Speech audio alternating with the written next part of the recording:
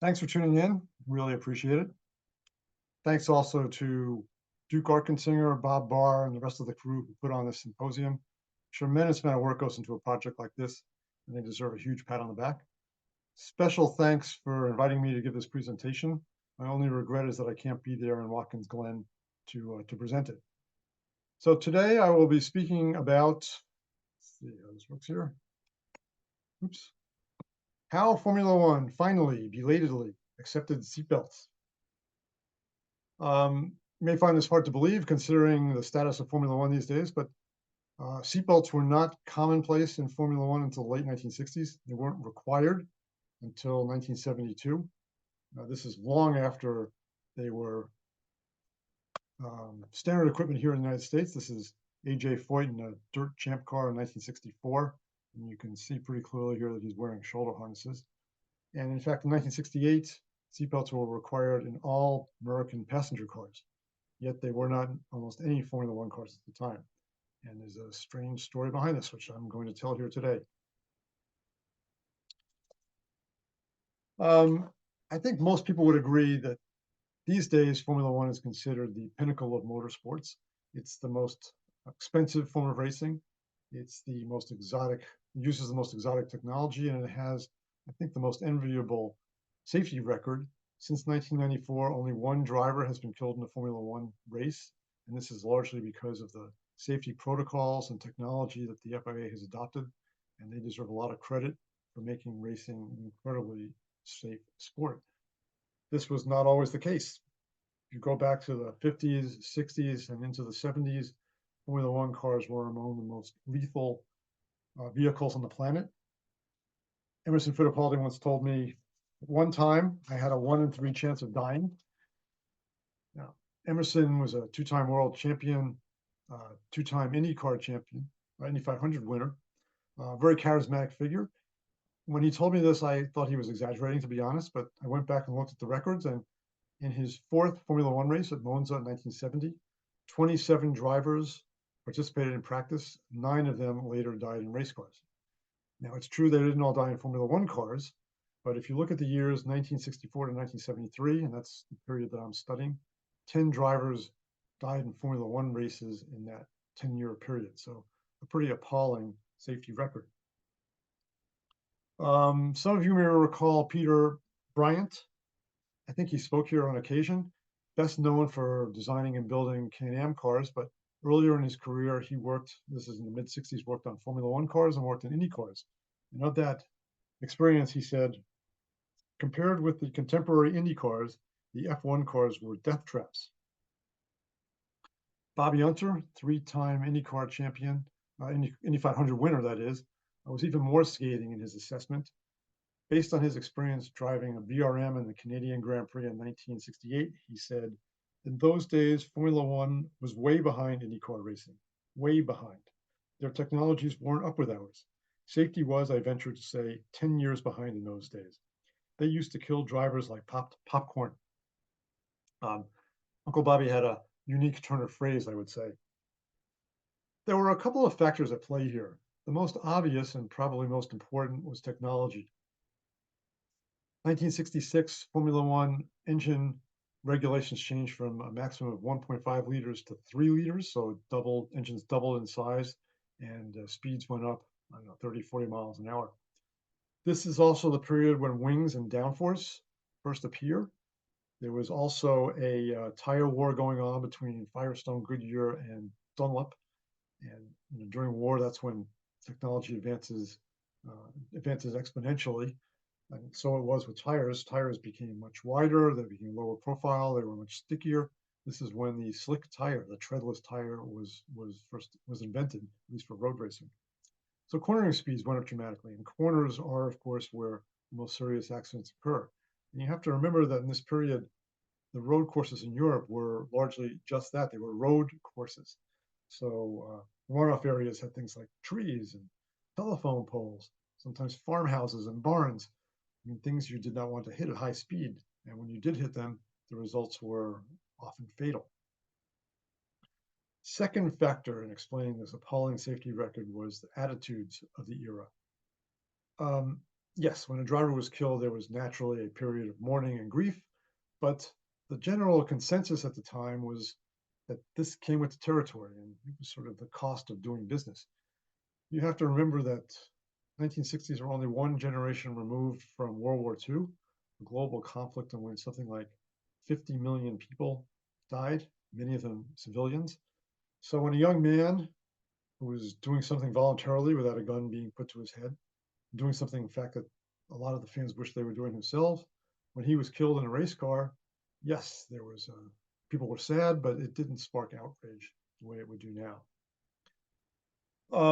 Another factor is that uh, in those days, danger was considered part and parcel of the sport. It was, or the appeal of the sport. It was what made the sport special and distinguished it from stick and ball sports like baseball, football, and basketball. This was a philosophy that was adopted not just by fans and journalists, but by many of the drivers themselves.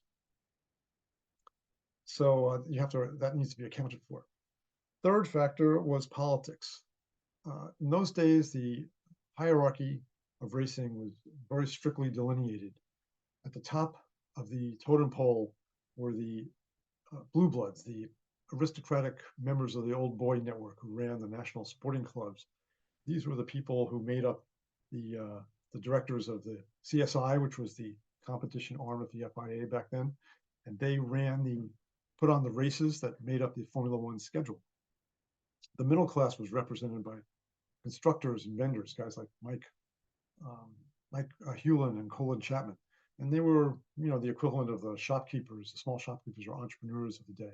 Clever guys, to be sure, but involved in the grubby endeavor of making a living. The drivers were a level below them, and they were analogous, I guess, to plumbers and electricians. They were people with special skills, and they were compensated for them. In the case of superstars like Sterling Moss and Jimmy Clark, they were compensated very well. But by and large, they were considered to be interchangeable cogs in the machine. And when it came to safety, the aristocrats who ran the sport didn't see a moral case for safety. And as a practical matter, they realized it would cost a small fortune, well, actually a large fortune, to line racetracks with miles of guardrails, to hire, to equip and train firefighters, and to hire medical staff and outfit hospitals. I mean, this would cost a lot of money, and there wasn't a lot of money in racing in those days. There's no real big time sponsorship. This is before lucrative television contracts.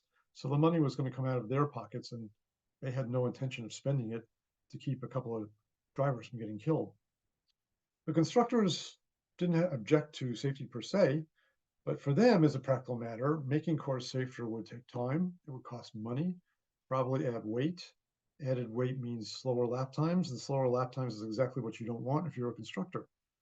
So as far as they were concerned, the only way they were going to implement any sort of safety upgrades into their cars is if it was required by the regulations. The only group with a vested interest in safety were the drivers, and they were the ones that had no leverage, and so nothing really happened on that front. This can be seen very clearly in the rules that the FIA promulgated regarding safety during this period. I mean, they're so measly as to be almost non-existent. A couple of red letter dates. And so 1952, helmets are required. Good thing. The problem is the only helmets into the 60s, that is, were there's glorified paper mache, which had been designed originally for British colonial administrators, and then there were sort of the cork helmets that had been designed for polo players. Phil Hill once said about his helmet that he called his helmet a cardboard hat. The point being that it really didn't do much to protect the driver from head injuries in the case of an accident. 1961, the FIA required roll bars. What they didn't do was require roll bars that were tall enough or robust enough to actually protect the driver in the case of a rollover accident. Pocketful stories about guys making roll bars out of wood and painting them to look like metal. And it's said that Colin Chapman told his mechanics never to push a car around the paddock by the roll bar. The point being that they were so flimsy as to really not be worth kind of what they weighed.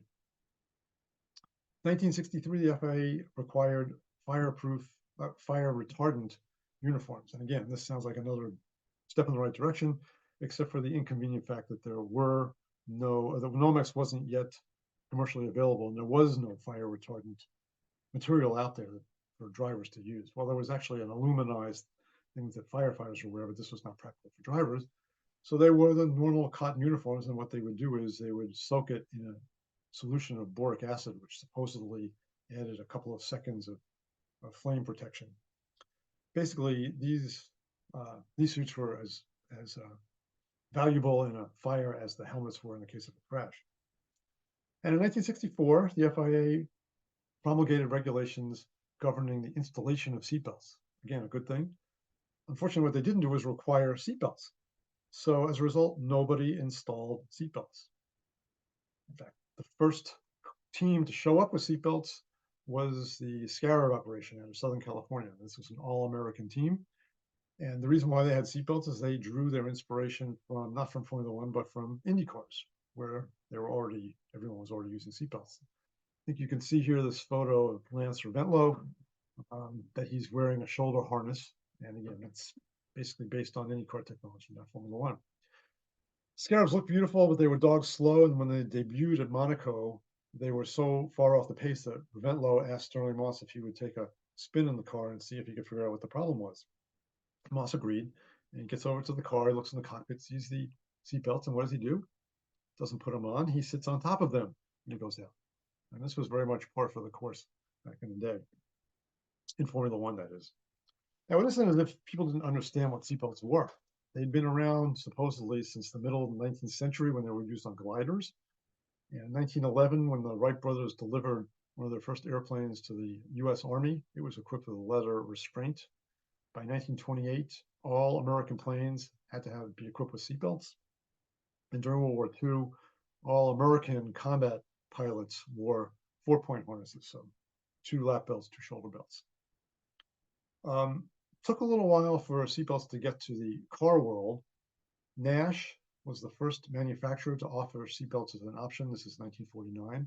And in 1951, seatbelts became available as an aftermarket item. But the real red letter date for seatbelts is 1959, and that's when Niels Boland, who was the chief safety engineer at Volvo, patented the 3-point seatbelt. This almost immediately became the industry standard, and in 1968, 3-point seatbelts were required on all American passenger cars. Racers took a little longer to get with the program, so to speak.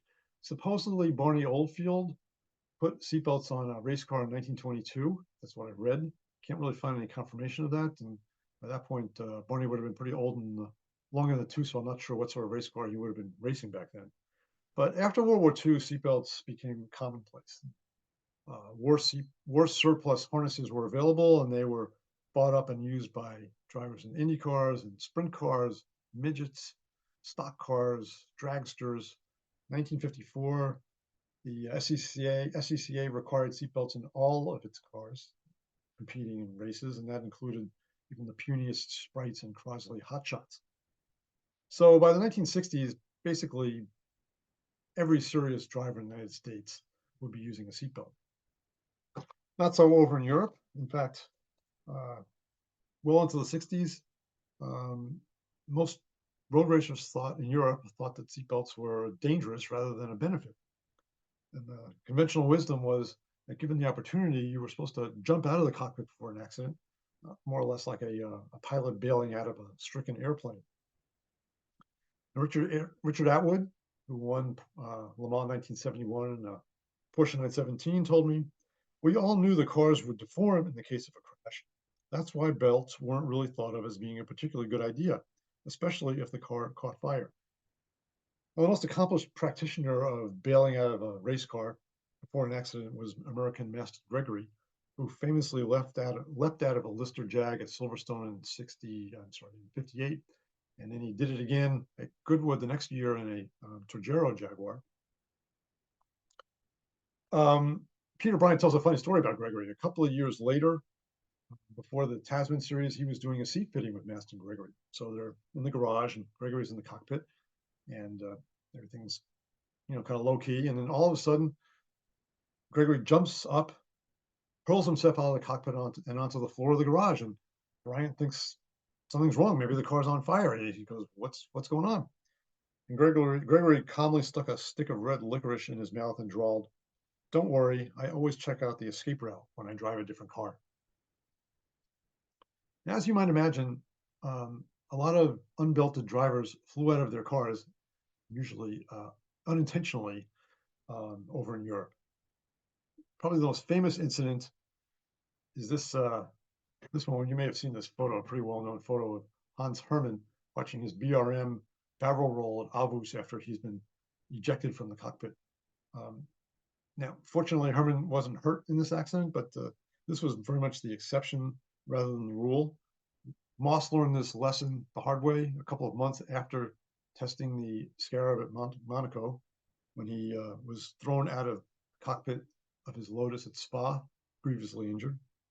At Rennes in 1964, Team Lotus driver Peter Rundle's career ended when he was thrown out of the cockpit, and Jean-Pierre Beltois suffered permanent injuries to his left arm. 1965, um, John Surtees, motorcycle champion, broke his pelvis and several other bones when he was half thrown out of the cockpit of his Lola T70 at Mosport. He wasn't wearing a seatbelt. And Lucky Kastner, who wasn't wearing a seatbelt, was killed a couple of months later during the Le Mans test. Kastner was actually driving a Maserati coupe, so he was thrown out of the cockpit of a closed cockpit car, which gives you some idea of the forces that were involved in these crashes. The stories of how seatbelts finally came to Formula One has rarely been told, and it stars an unlikely and largely unknown hero in the name of a young British physician, Dr. Michael Henderson. Henderson was he was a hardcore racing fan. While he was in medical school, he worked as a track announcer, and he wrote freelance articles for car magazines. In 1960, he managed to go club racing in a Lotus 7 that he cadged out of Colin Chapman. When he earned his medical degree, he went to work for the Royal Air Force in the study in aviation medicine area. And when he started doing that, he made a surprising discovery. He realized that the aviation industry had been studying high-speed accidents for decades. And in fact, they had all sorts of protocols for how to minimize accidents that resulted from high-speed crashes. And as he told me, I began to understand that there was a science of vehicle safety out there, that we didn't have to ignore the fact that people are getting injured in racing accidents any more than you would ignore any other kind of malady or illness. The aviation medicine textbook that we were using at the time was about 3 inches thick. It was a major book, and yet nothing had been done to adopt any of this material, psychological, physiological, impact resistance, anything, to motor racing. Well, Henderson was no dummy, so he decided to apply some of what he learned to his own racing. When he ran a touring car at the Nürburgring, he fitted it with a 3-point belt, and he did the same thing with his street car, which was a Jaguar XK120. 1966, he bought a Malik U2 Clubman, and his plan was to put in a 4-point harness like the ones used by RAF pilots he worked with. But he realized pretty quickly that the lay-down seating position, which is very similar to a Formula car, meant that in the case of a frontal collision, he would slide under the belts. It was a submarine under them, and he could be grievously injured. So as fate would have it, he had trained as a parachuter, and it struck him that the crotch restraint in a military parachute might be able to be adapted, to a 4-point harness to provide anti-submarine protection. So he went to a company called Britax, which was then in the seatbelt business. It's now in the car seat business. And he convinced them to build a harness to his specifications with loops, with straps looped around his thighs, to provide the anti-submarine protection. And this created the first 6-point harness used in road racing competition. Here it is. And this is Henderson himself. Angels should have been singing and trumpets blaring. Instead, there was silence. So to drum up some publicity, Henderson wrote a couple of articles, and these generated nothing more than polite indifference. So he now embarked on Plan C. And he contacted various British racing organizations, and he persuaded them to agree to send him information on all the accidents that occurred in the upcoming season. His idea was to collect all this data, kind of crunch it, and then write a book about his findings. That's exactly what he did. Wrote the book in 67, published it in 1968. Motor Racing and Safety is the foundational text of the motorsport safety movement. Drawing on his analysis of more than 200 accidents, Henderson comprehensively demolished the myth that it made sense to jump out of a moving race car, and he made the affirmative case for wearing a seatbelt. To add gravitas to his thesis, and also to maybe get more people to buy his book, he decided to get a luminary in the motorsports world to write the foreword. And he approached Lewis Stanley, who ran the Formula One team. Stanley was a somewhat controversial figure. Always dressed in blue blazers and gray flannel slacks, he was somewhat pompous, could be a bit pretentious, and his critics thought he considered him the Colonel Blimp of the motorsports world. On the other hand, he was just about the only member of the aristocrats who ran racing who believed in safety. He had almost single-handedly created the International Grand Prix Medical Service, which provided a well-equipped mobile hospital that went from track to track. Anyhow, Henderson pitches Stanley. Stanley invites him to come to his estate near Cambridge. Henderson shows up. He makes gives him a spiel about seatbelts, and when he gets finished, Stanley goes, "Right, I agree. I'll put belts in Jackie Stewart's car."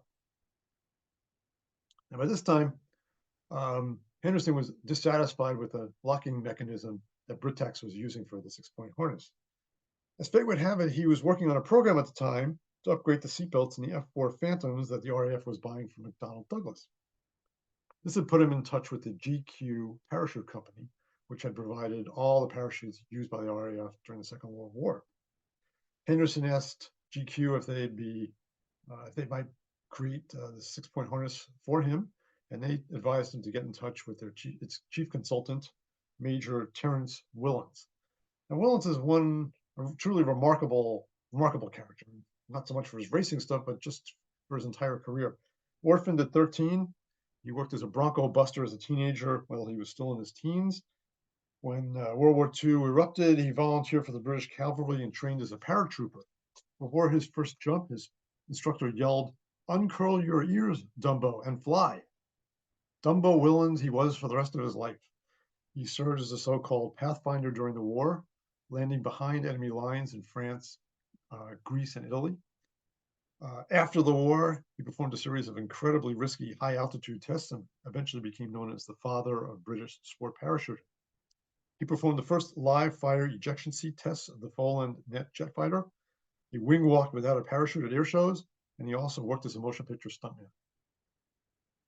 So Willans and Henderson collaborated to create the 6-point harness that GQ then manufactured and made available to Formula One drivers at the start of the 68 season.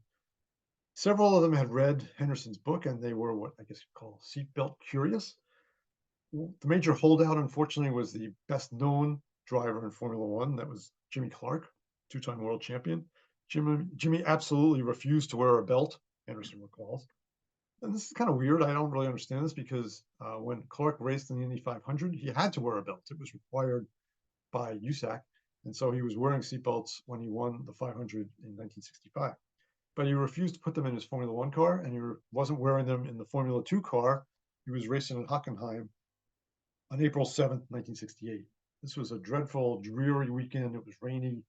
Clark's car, his Lotus, had a misfire. He was running mid-pack early in the race. His tire deflated, got into a terrible tank slapper, couldn't control it. Car hit the tree at high speed.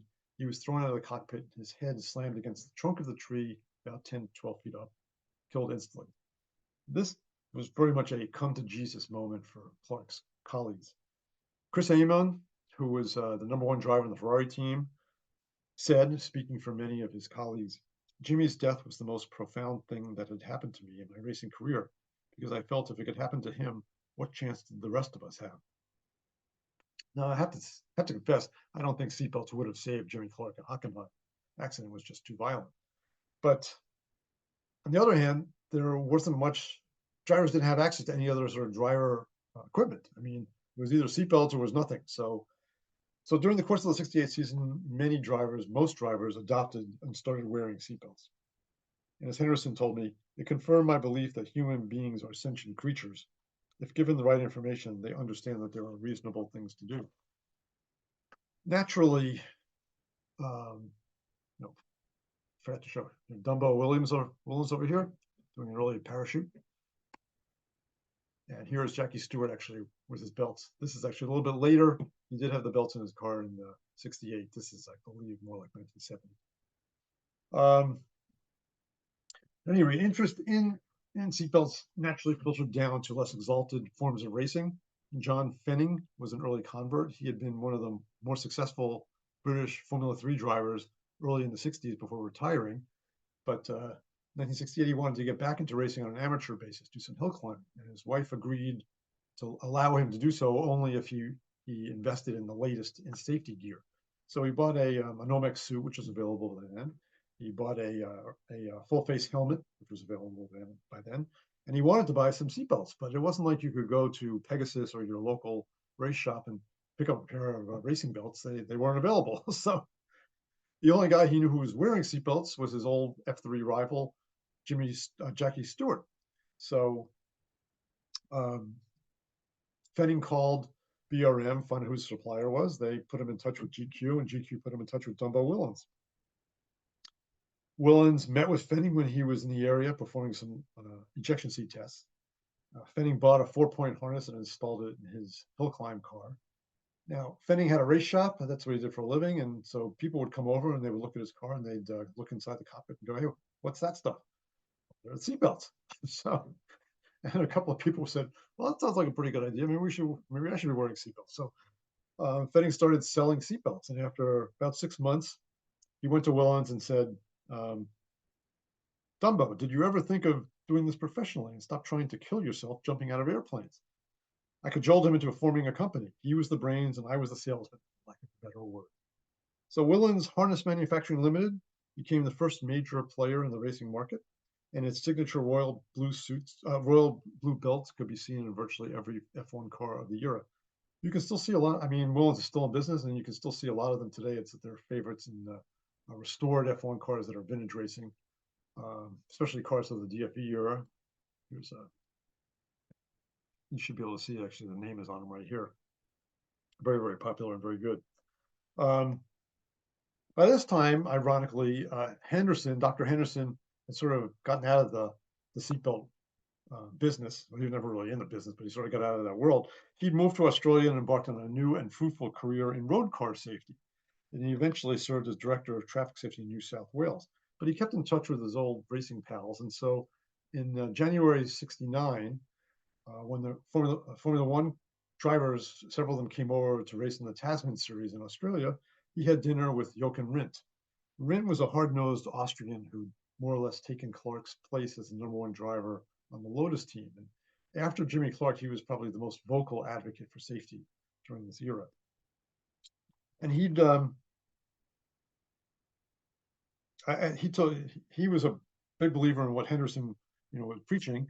And he told Henderson, "I've read your book and I agree with everything you say, but you will never get me wearing crotch belts."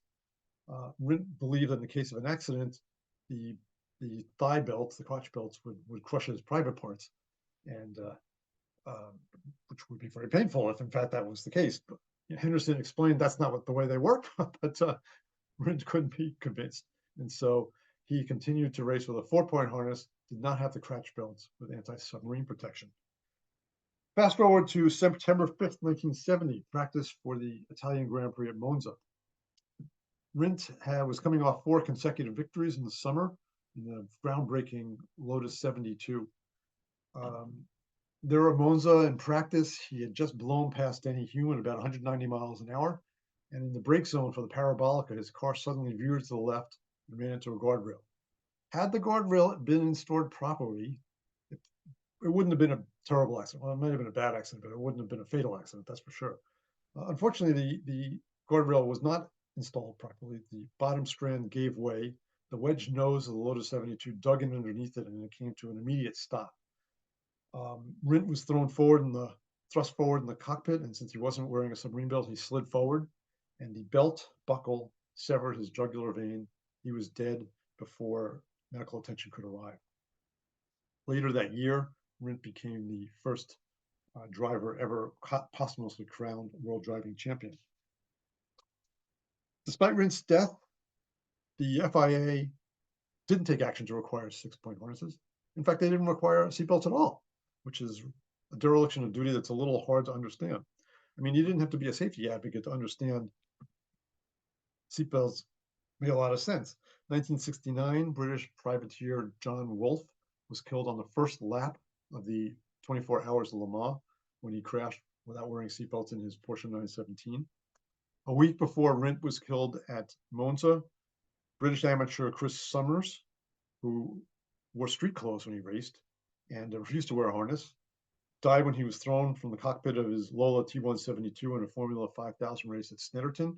Almost exactly a year later, his friend and fellow 5000 racer Peter Houghton, who likewise wore street clothes when he raced and didn't wear seatbelts, died when he was ejected from the cockpit of his Cooper T90 at Oulton Park. It wasn't until 1972, that the FIA finally, belatedly mandated 6-point harnesses, long after the vast majority of Formula cars were already outfitted with them. How many drivers have been badly hurt or killed needlessly before action was taken? Too many. The lesson to be learned from the history of seatbelts is clear. If racing was to be made safer, the changes wouldn't come from the top down. They would be forced on the sport from the bottom up by the people whose lives were at risk, which made sense. After all, revolutions are won on the battlefield, not in the boardroom. Oh, by the way, I guess I should have shown this slide before, just in case you haven't seen it. This is what a modern 6-point harness looks like. 2 lap belts, 2 shoulder belts, 2 sub belts, all connected to a single interlocking buckle, which you can open by just turning one and a quarter turn or something like that. Anyway, thank you very much. I would say I would open the floor for questions, but I guess that's not really possible here. Take care.